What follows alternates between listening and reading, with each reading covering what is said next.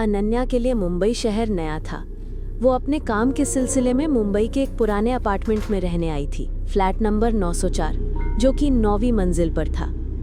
जैसे ही उसने उस बिल्डिंग में कदम रखा, उसे एक अजीब सा डर और गहरा अकेलापन महसूस हुआ।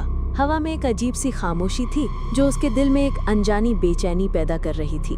शुरुआत की रातें मुश्किल थीं। उसके बगल वाले फ्लैट 903 से हर रात खटखटाहट और फुसफुसाहट की धीमी लेकिन लगातार आवाजें आती थीं।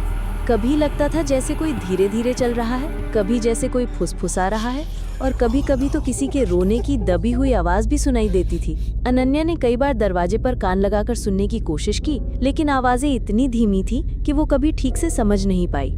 एक दोपहर जब अनन्या अपनी बालकनी में खड़ी थी तो 903 का दरवाजा खुला और एक अधेड़ उम्र की महिला बाहर निकली। उन्होंने अनन्या को देखा और एक फीकी मुस्कान के साथ कहा, नमस्ते, मैं मल्होत्रा, फ्लैट 903 से। अनन्या ने राहत की सांस ली। नमस्ते, मैं अनन्या, उसने जवाब दिया। मल्होत्रा आंटी ने उसे अपने फ्लैट पर चाय पर बुलाया। अंदर का माहौल अजीब था। फ्लैट में पुरानी चीजें बिखरी पड़ी थी और हवा में एक अजीब सीलन और पुरानी यादों की गंध थी।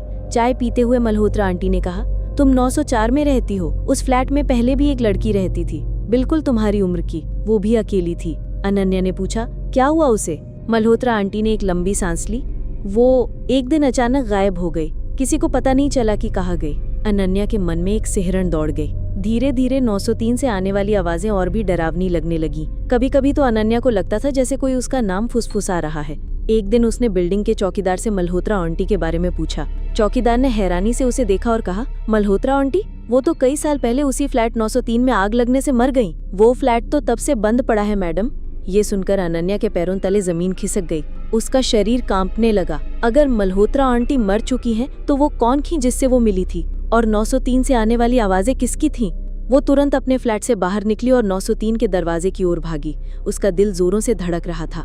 जैसे ही वो दरवाजे के पास पहुंची, दरवाजा अपने आप धीरे से खुल गया। अंदर से एक ठंडी हवा का झोंका आया और एक धीमी जानी पहचानी आवाज ने उसे अंदर बुलाया। अनन्या, अंदर आ जाओ। अनन्या जैसे किसी जादू के असर में आ गई थी। उसका शरीर उसका कहना नहीं मान रहा था। वो धीरे धीरे उस अंधेरे रहस्यमयी फ्लैट के अंदर चली गई। जैसे ही वो अंदर पहुंची, फ्लैट का दरवाजा एक तेज आवाज के साथ बंद हो गया।